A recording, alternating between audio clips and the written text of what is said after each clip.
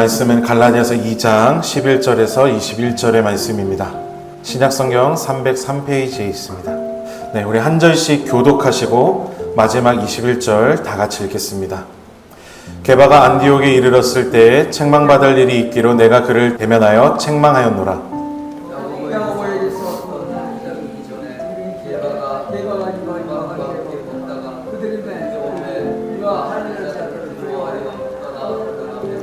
남은 유대인들도 그와 같이 외식함으로 바나바도 그들의 외식에 유혹되었느니라. 그러므로 나는 그들이 복음의 진리를 따라 바르게 행하지 아니함을 보고 모든 자 앞에서 개발에게 이르되 내가 유대인으로서 이방인을 따르고 유대가 되지 하지 아니하면서 어찌하여 지금 이방인을 유대인답게 살게 하려 하느냐. 우리는 본래 유대인이요 이방 죄인이 아니로되 하나님 이렇게 되는 것은 율법의 행위로 말미암은 아니요 오직 예수 그리스도의 믿음으로 말미암아 줄을 알므로 우리도 그리스도 예수를 믿는 율법에서 행위로서가 아니고 그리스도를 믿음으로써 의롭다 함을 얻으려 함이라. 율법의 행위로서는 의롭다 함을 얻을 죄가 없느니라. 만일 우리가 그리스도 안에서 의롭게 되려 하다가 죄인으로 드러나면 그리스도께서 죄를 짓게 하는 자냐? 결코 그럴 수 없느니라.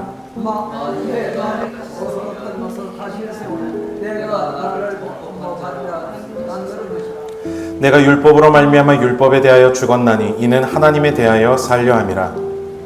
내가 그리스도와 함께 십자가에 못 박혔나니 그런 일이면 내가 사는 것이 아니요 오직 내 안에 그리스도께서 사는 것이라. 이제 내가 육체 가운데 사는 것은 나를 사랑하사 나를 위하여 자기 자신을 버리신 하나님의 아들을 믿는 믿음 안에서 사는 것이라. 함께 읽습니다. 내가 하나님의 은혜를 패하지 아니하노니 만일 의롭게 되는 것이 율법으로 말미암으면 그리스도께서 헛되이 죽으셨느니라. 아멘. 그리스도의 복음은 모든 매인 것들을 풀고 얽매인 것들을 해방하는 자유의 소식이라고 할 수 있습니다. 바울은 이 진리를 갈라디아 교인들에게 다시 세워주기 위해서 거짓 교사들의 다른 복음 그리고 여러 비방과 모함들에 대해서 과거의 이야기들이죠. 여러 사례들을 가져와서 계속해서 말씀해주고 있습니다. 첫 번째는 바로 다메섹 도상에서 있었던 회심 사건이었습니다. 율법주의자였던 바울이 오직 하나님의 은혜로 예수 그리스도를 만나고 변화되었던 그때의 이야기. 복음은 사람으로부터가 아니라 오직 하나님으로부터의 은혜라는 사실을 바울은 알려주고자 했습니다. 두 번째는 바울이 회심하고 나서 약 14년이 지난 시점 예루살렘 총회에서 있었던 다른 복음에 대한 변론의 현장을 이야기해 주었습니다. 안디옥 교회에 있었던 다른 복음 때문에 일어난 혼란에 대해서 복음이 주는 자유의 진리가 예루살렘 총회에서 이미 다 정리가 되었고 판결되었다라는 것을 이야기했다라는 거예요. 그래서 이런 사례들을 통해서 바울은요, 지금 이 갈라디아 안에 들어온 이 거짓 교사들, 이 유대 교사들의 주장과 자랑들이 모두 다 가짜이고 진리를 왜곡하고 있는 거짓이라는 사실을 분명히 증명하고 보여주었습니다. 그리고 이제 오늘 본문 말씀에 와서는요, 바울은 복음을 설명하기 위한 자신의 세 번째 이야기를 이제 꺼내려고 한다는 거예요. 예루살렘 총회가 끝난 후에 이 정리된 교리를 가지고 바울이 다시 안디옥 교회로 돌아왔을 때 일어났던 한 가지 사건을 이야기하는 거죠. 복음으로 산다는 것이 무엇인가? 이 사실을 분명히 알려주기 위해서 복음을 복음되지 못하게 만드는 위선의 위험성을 바울은 이 이야기를 통해서 전해주려고 하는 것입니다. 여러분, 오늘 말씀의 배경인 이 안디옥 교회 교인 구성원들은요, 꽤나 다양했습니다. 태어날 때부터 유대인이었던 사람들이 다수였고 또 태어날 때부터 이방이었던 사람들 소수가 함께 공존하고 있었던 교회였다라는 거예요. 그래서 알게 모르게 이 모든 교회들 안에는 암묵적인 긴장감이 늘 있었다는 겁니다. 잠재적인 위험이라고 할 수 있을 만큼 아직 터지지 않은 시간폭탄과도 같은 그런 위태로움이 이 안디옥 교회 안에 늘 흐르고 있었다는 거예요. 하지만 그럼에도 불구하고 복음의 사람인 바울과 바나바의 지도 아래에서 머리 대신 그리스도를 바라보며 한몸된 지체로 잘 세워져 가고 있던 교회가 바로 안디옥 교회였습니다. 그러나 이들 가운데 다른 복음이 들어왔고 예루살렘 총회를 통해서 바울이 이 다른 복음이 주는 혼란에 대한 해결책을 이제 가지고 돌아왔는데요. 그런데 총회 후에 함께 이 안디옥 교회로 온 베드로와 바울 사이에 이 복음으로 산다는 것에 대한 굉장히 큰 해프닝이 벌어지게 되었다는 거예요. 11절로 13절 말씀입니다. 제가 읽어보겠습니다. 게바는 베드로를 말하죠. 베드로가 안디옥에 이르렀을 때에 책망받을 일이 있기로 내가 그를 대면하여 책망하였노라. 야고보에게서 온 어떤 이들이 이르기 전에 게바가 이방인과 함께 먹다가 그들이 오매 그가 할례자들을 두려워하여 떠나 물러가매 남은 유대인들도 그와 같이 외식함으로 바나바도 그들의 외식에 유혹되었느니라. 베드로가 안디옥 이방 교인들과 함께 밥을 먹고 있었습니다. 그런데 예루살렘에 있던 사도 야고보가 보낸 사절이 오니까 어떻게 했다는 건가요? 두려워하면서 그 자리를 벗어나는 사건이 있었다는 거예요. 여러분, 유대인들의 율법에는 유대인이 이방 사람과 함께 밥을 먹으면 하나님 앞에 부정하게 여겨진다라고 하는 그런 규범이 있습니다. 그러나 베드로는 어떤 사람이에요? 자유함을 주는 이 복음을 정말로 알고 정말로 믿었던 사람이었기 때문에 이방인들과 언제나 함께 밥을 먹을 수 있었다는 겁니다. 근데 지금 꽤 이상한 상황이 벌어진 거예요. 할례자들, 그것도 예루살렘 교회 지도자인 야고보가 보낸 지위가 높은 유대인들이 안디옥에 찾아오니까 베드로는 그들을 두려워하면서 이방인들과 같이 밥을 먹다 말고 그 자리를 떠나게 되었다라는 겁니다. 그런데 여기서 끝난 것이 아니라요. 이런 베드로의 모습을 본 다른 유대인들과 심지어 바나바까지도 함께 식사하던 이방인 크리스찬들을 다 내버려 두고 그 자리를 떠나게 되었다는 거예요. 여러분, 바울은 이 장면을 놓고 분명하게 표현하고 있습니다. 외식함으로 외식에 유혹되었느니라. 여러분, 외식이라는 것은 쉽게 말해서 위선을 말해요. 베드로가 복음을 잃어버렸다는 얘기를 지금 하는 게 아닙니다. 베드로는 유대인이 말하는 율법이 복음 안에서 보면 일개 관습에 불과하다는 것을 잘 알았던 사람이라는 거예요. 그래서 본인도 지금 이방인들과 함께 밥을 먹고 있었던 거잖아요. 그런데 베드로는 지위 높은 유대인들이 온다고 하는 말을 듣는 순간 어떤가요? 이 복음대로 살지를 않고 바로 그 찰나의 순간에 위선적인 행동을 해버렸다라는 거예요. 바울은 그 이유를 두려움 때문이었다라고 지적하고 있습니다. 여러분, 이 두려움은 어떤 두려움이었을까요? 분명한 것은 베드로가 하나님을 두려워하고 또 예수님을 두려워해서 이런 행동을 한 것 같지는 않다는 거예요. 베드로는 무엇을 두려워했는가? 바울은 이 내용을 분명히 기록합니다. 그가 누구를 두려워했다고요? 할례자들을 두려워했다. 즉 베드로는 유대인 사람들, 지위가 높은 그 사람들, 할례를 받은 그 사람들의 시선과 그 사람들의 평가를 두려워했다라는 거예요. 어쩌면 베드로는 자기가 예루살렘에 다져놓은 지도자로서의 자리, 그 입지가 흔들릴까봐 두려워했을 수도 있다는 거죠. 불필요한 부딪힘을 피하고 싶었을 겁니다. 사람들과 적당히 좋은 관계를 유지하고 싶어하는, 문제를 만들지 않으려고 하는, 좋은 게 좋은 거지라고 하는 나의 합리화, 나의 사회생활 무엇인가요? 바로 자기중심적인 두려움. 그 두려움으로부터 나오게 된 행동이었다는 거예요. 쉽게 말해서 그 순간 베드로의 마음에는요, 하나님이 전혀 없었던 겁니다. 그리고 예수님도 전혀 없었던 거예요. 오직 이 순간 베드로에게는요, 자기 자신만이 가득했다라는 거죠. 그래서 바울은 이런 베드로를 지적합니다. 그게 복음을 사는 자의 모습이냐? 베드로, 당신 지금 도대체 뭘 두려워하고 있는 거야? 라고 질책했다라는 거예요. 14절 말씀 우리 같이 한번 읽어보겠습니다. 시작. 그러므로 나는 그들이 복음의 진리를 따라 바르게 행하지 아니함을 보고 모든 자 앞에서 게바에게 이르되 내가 유대인으로서 이방인을 따르고 유대인답게 살지 아니하면서 어찌하여 억지로 이방인을 유대인답게 살게 하려느냐 하였노라. 이 말씀을 조금 더 정확하게 해석하면 너희는 복음과 함께 똑바로 걷지 않았다라는 의미라는 거예요. 여러분, 베드로는요 지금 명백히 잘못된 걸음을 행동했다라는 거죠. 베드로는 복음으로 자유함을 얻었던 사람인데, 그래서 유대인으로서 이방인을 따르고 유대인답지 않게 살 수 있었던 사람이 바로 베드로였다라는 거예요. 율법에 종속되고 죄에 매인받은 유대인스럽지 않은 그런 자유함을 누리고 있던 사람이 바로 복음을 사는 사람의 모습, 지금 이 베드로의 모습이었다라는 거죠. 그런데 이방인들과의 식사를 중지하고 그 자리를 벗어난 행동, 베드로와 유대인들과 바나바의 그 행동을 바라보는 같이 밥을 먹고 있던 이방인들의 입장에서 보자면요, 이런 생각이 들 수 있다라는 거죠. 아, 우리가 유대인이 아니어서 사도인 베드로께서 밥을 같이 먹지 않으시는구나. 아, 그러면 우리도 할례를 받고 율법을 지켜서 유대인이 되어야 우리도 교인이 될 수 있는 건가? 라고 하는 오해를 할 수 있었다라는 거예요. 즉, 다른 복음이 입증될 수 있는 여지, 다른 복음의 좋은 사례로서 쓰일 수 있는 모습이 지금 이 베드로의 행동이었다라는 거죠. 당신은 지금 복음을 살고 있지 않다라는 거예요. 여러분, 복음으로 사는 것은요, 우리가 너무도 잘 알고 있지만 자유함입니다. 우리 인간은 복음을 모르면 모를수록 그래서 정죄라는 것에 사로잡힌다는 거예요.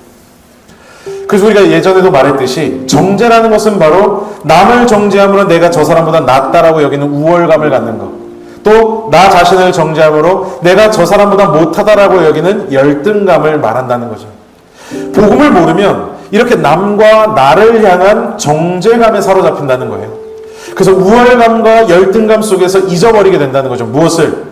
바로 우리 자신이 오직 하나님의 은혜로 구원을 받았다는 사실, 우리의 모든 것이 되어야 할 이 복음의 은혜를 잊어버린 채 사는 사람들이 되고 만다는 거예요. 그래서 어떻게 되나요? 감사할 줄 모르게 되는 거죠. 어떤 일에도 불평과 불만 섞인 말과 행동을 늘어놓게 된다는 거예요. 서로를 격려하고 서로를 칭찬하고 서로를 북돋아주고 서로를 세워주는 말을 하지 않는다는 거죠. 그저 스스로를 높이기 위한 상대방을 향한 정죄와 그런 자기 체면을 어쩌면 방어하기 위한, 마치 지금 베드로가 이방인들과의 식탁을 아무렇지 않게 벗어났던 것처럼 위선적인 말과 행동만을 남기는 모습이 될 수 있다는 거예요. 여러분, 복음이 우리에게 말하고 있는 것은 분명합니다. 그리스도 없는 우리들 모두는 그저 다 부정하고 똑같이 쓸모없다라는 말을 하고 있는 거예요. 복음은 그리스도를 중심으로 사는 것을 언제나 말한다는 거죠. 우리는 오직 그리스도 안에서만 정결하다. 이 사실이 바로 복음이라는 겁니다. 그러게 우리가 복음 안에 있다면, 우리가 진짜 복음이 있다면 우리에겐 절대로 이러한 위선이 있을 수 없고 있어서도 안 된다라는 거죠. 외식할 수 없다는 거예요. 외식할 리가 없다는 것입니다. 그래서 바울은 지금 베드로를 책망할 수 있었던 거예요. 베드로, 당신은 지금 이 복음을 잊어버린 거야, 놓친 거야 라고 말하고 있다는 거예요. 예수 그리스도를 버렸던 베드로, 그 어떤 자격도 없었던 베드로, 그럼에도 다시 은혜로서 주님이 찾아와 주셔서 다시 하나님의 자녀가 되었고 다시 사도가 되어서 지도자가 될 수 있었던 것이 너 아니었어? 그런데 베드로, 당신은 지금 십자가의 은혜, 부활의 은혜, 모든 것의 시작, 근원이 되는 이 사랑의 복음을 망각하고 잊어버렸다. 바울은 지금 이 사실을 책망하고 있는 겁니다.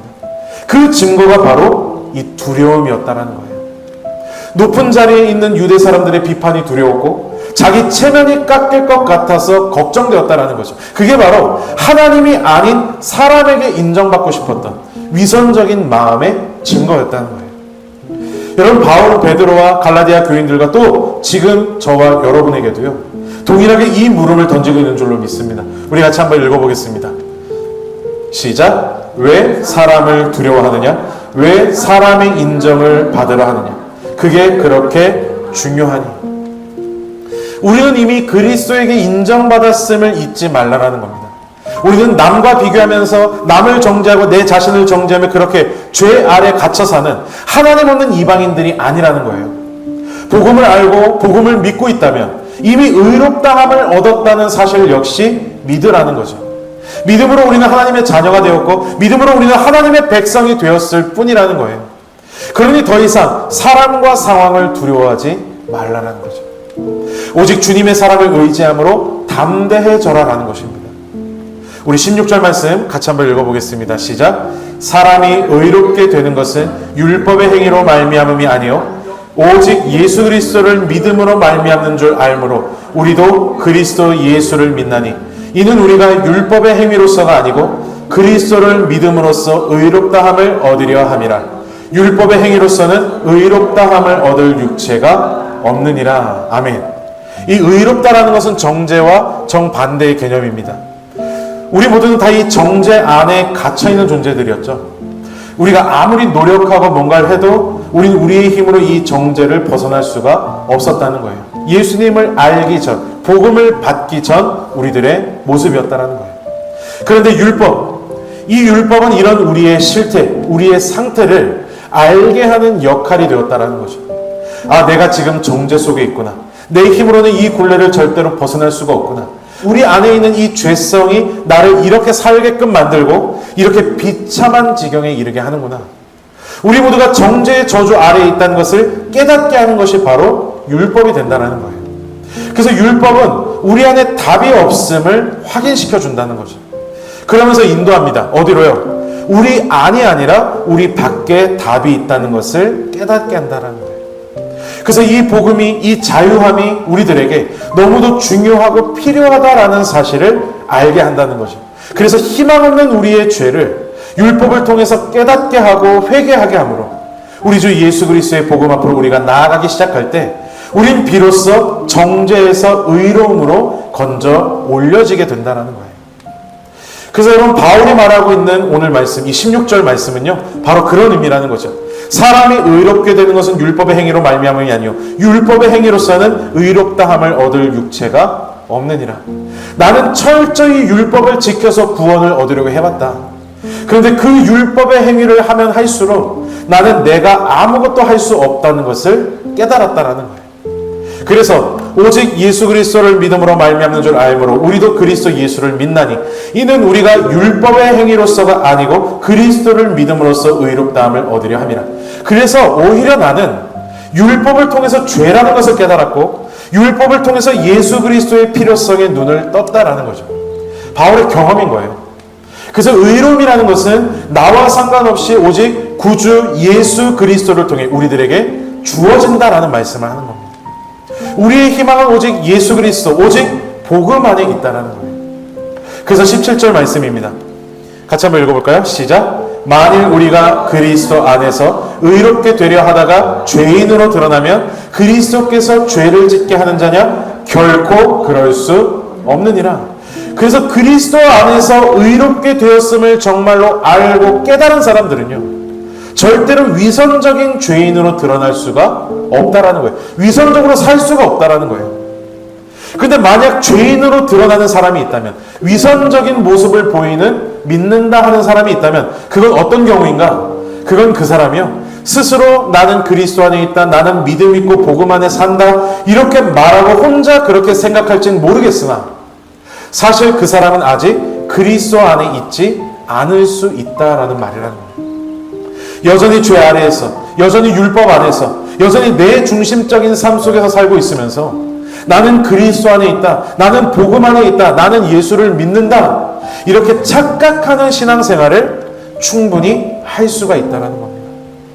마치 오늘 말씀의 베드로처럼 정작 자기 삶의 모습에, 자신의 말과 행동에 복음이 나타나지 않는 거예요. 복음이 나타나지 않고 복음적인 삶이 보여지지도 않는 거죠. 그런데 나는 예수 믿는다, 나는 하나님의 백성이다, 나는 구원을 받는다, 이렇게 착각하는 사람들이 있을 수 있다는 거예요. 여러분, 예수님께서는 제자들에게 말씀의 행함이 없는 자는 모래 위에 집을 짓는 자와 같다라고 말씀하셨습니다. 예수님의 형제였던 야고보는요, 행함이 없는 믿음은 죽은 믿음이다 라고까지 말씀했습니다. 우리가 예수님을 믿고 하나님을 정말로 믿는다면요, 절대 우리 신앙과 우리의 삶이 따로 놀 수가 없다는 거죠. 예수님을 사랑한다면서 내 삶 가운데 보여지는 나의 말과 나의 행동에 예수님의 사랑이 보이지 않는다면요, 그 사랑은 가짜 사랑일 경우가 너무도 다분하다는 겁니다. 하나님을 사랑하고 내 이웃을 내 몸과 같이 사랑하라, 이건 따로 떨어진 두 개의 별개의 계명이 아니라요, 하나의 계명이라는 거예요. 하나님을 사랑하면 당연하게도 내 말과 내 행동, 내 이웃을 향한 내 말과 행동이 사랑으로서 드러나게 된다는 거죠. 우리 같이 한번 읽어보겠습니다. 시작. 나는 복음을 살고 있는가? 아니면 복음과 전혀 상관없이 사는가? 여러분, 복음을 아는 사람은 늘 하나님 앞에서 의롭다함을 얻고 회개하는 죄인이 됩니다. 왜냐하면 그게 진짜 은혜라는 것을 알기 때문이에요. 깊은 감동으로서 그것을 받기 때문입니다. 그러나 반대로 똑같이 복음 앞에 서 있지만 복음을 제대로 모르고 복음을 받고 살지 못하는 사람은요, 의롭다함을 얻지도 못하고 회개하지도 못하는 반항자가 되기가 쉽다라는 거예요. 그저 여전히 나는 할 수 있다라고 믿으면서 내 중심적으로 하나님께 뭔가를 얻기 위해서 잘 보이기 위해 노력하는 신앙을 하기가 쉽다라는 거죠. 여러분, 그래서 복음을 알지만 율법 안에 있는 사람은요, 늘 하나님과 적당한 거래를 하려고 한다는 거예요. 하나님의 보상을 바라고 기복적인 순종을 한다는 거죠. 항상 하나님께 뭔가를 얻기 위해서 신앙생활을 하는 거예요. 그래서 결국 그 사람들의 의도를 보면 하나님을 위한 게 전혀 없다는 것을 알게 됩니다. 모든 행함의 결과는 결국 나의 잘됨을 위해서, 나의 평안을 위해서, 나의 편리를 위해서 하나님을 섬기는 척을 하게 된다는 거예요. 여러분, 이런 것들이, 이런 모습이 바로 위선이라는 겁니다. 이게 바로 하나님이 용서하시는 건전하지 않은 외식의 모습이라는 거예요. 여러분, 그래서 바울은요 18절 19절에서 자신의 중심이 어떤 모습인지를 이렇게 말씀해주고 있습니다.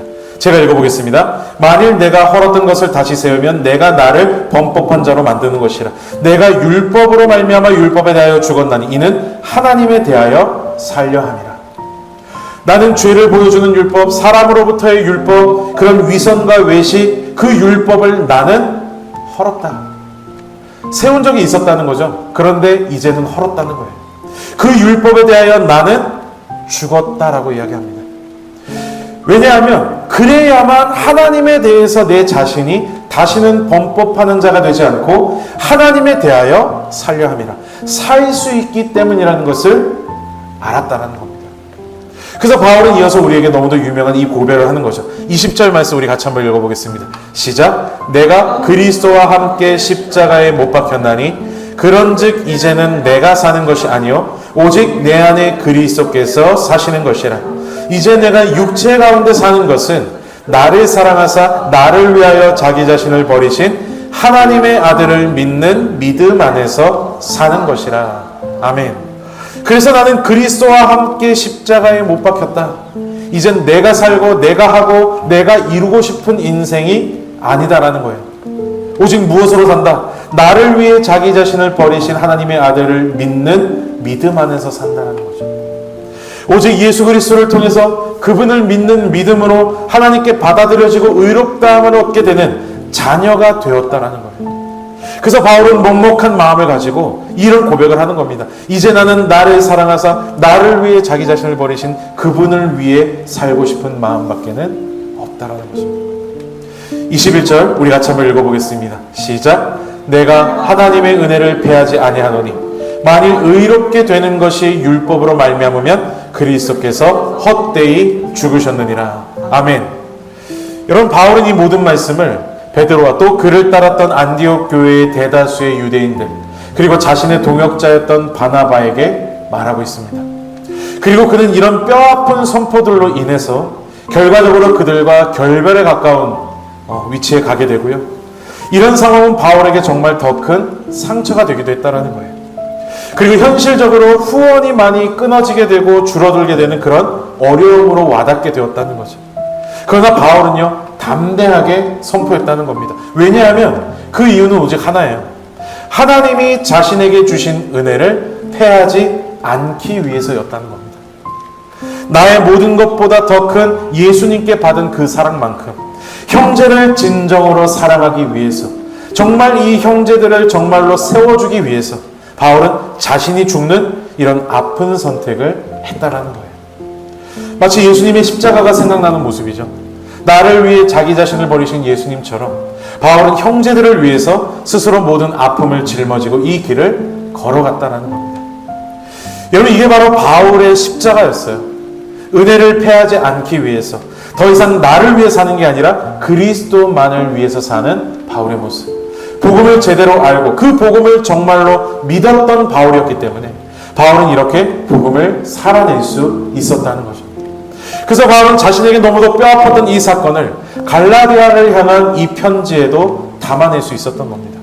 왜냐하면 지금 복음의 혼란을 겪고 있는 갈라디아 사람들, 그 형제와 그 자매들을 위해서 점점 위선적으로 바뀌어가고 있었던 갈라디아 교인들을 위해서, 그리고 이 편지를 받아보게 될 지금 이 자리에 있는 저와 여러분을 위해서 바울은 하나님의 은혜를 패하지 않는 참된 복음을 선포하기 위해서 이 이야기를 써 내려왔다라는 거예요.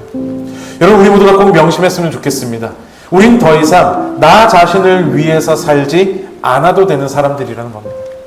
우린 더 이상 나 자신에게 매이지 않아도 되는 사람들이라는 거예요. 무엇을 먹을까? 무엇을 입을까? 수많은 걱정, 근심들, 내일은 어떻게 될까? 5년 뒤, 10년 뒤에 나는 어떻게 될까? 불안하고 두려운 그런 밤. 이렇게 우리를 매이게 하고 짓누르고 우겨싸는 수도 없이 밀려오는 이런 염려들 속에서 우리들은요, 아버지와 거래하기 위해 힘을 쏟는 자들이 아니라는 사실을 언제나 명심해야 할 줄로 믿습니다. 여러분, 우리는 우리보다 훨씬 더 큰 아버지 하나님의 사랑을 이미 받고 있는 사람들이라는 것을 꼭 기억하시길 바라요. 우린 이미 부어진 아버지의 그런 놀라운 사랑, 예수 그리스도 안에서 아버지를 위해서 살 수 있는 사랑받고 있는 자녀들이라는 겁니다. 그래서 우리는 그 사랑에 대한 감사와 기쁨 속에서 나를 기꺼이 포기할 수 있고 아버지 앞에 즐거움으로 담대히 나아갈 수 있다는 거예요. 그래서 우리는 주어지는 평안 속에서 하나님이 책임져 주시는 그 안정된 속에서 나의 아버지를 더욱더 깊이 의지하면서 내가 아닌 아버지 하나님의 능력으로 내 옆에 앉은 이웃을 격려하고 응원하며 내가 세워지기보단 상대가 더 세워지길 바라는 겸손함으로 이 세상을 넉넉히 극복하고 이기며 살아갈 수 있는 사람들이라는 것을 꼭 기억하시길 바랍니다. 여러분, 이런 자유한 모습이 바로 은혜를 패하지 않고 살아가는 복음을 살아내는 우리 그리스도인들의 특권이라는 거예요. 복음을 정말 받고 복음을 정말로 믿고 복음을 정말 살고 있는 사람들의 특권이라는 거죠. 정말 우리 모두에게 이 특권을 누리는 모습이 있게 되시기를 우리 주 예수 그리스도 이름으로 간절히 축복합니다. 은혜를 패하지 않는 복음을 살아내는 사람들이 되시길 바랍니다. 그래서 무엇에도 매이지 마시고 하늘로부터 임하는 평안을 누리시고요, 참된 자유함을 살아갈 수 있는 저와 여러분 우리 모두 다 될 수 있기를 주님의 이름으로 간절히 축복합니다.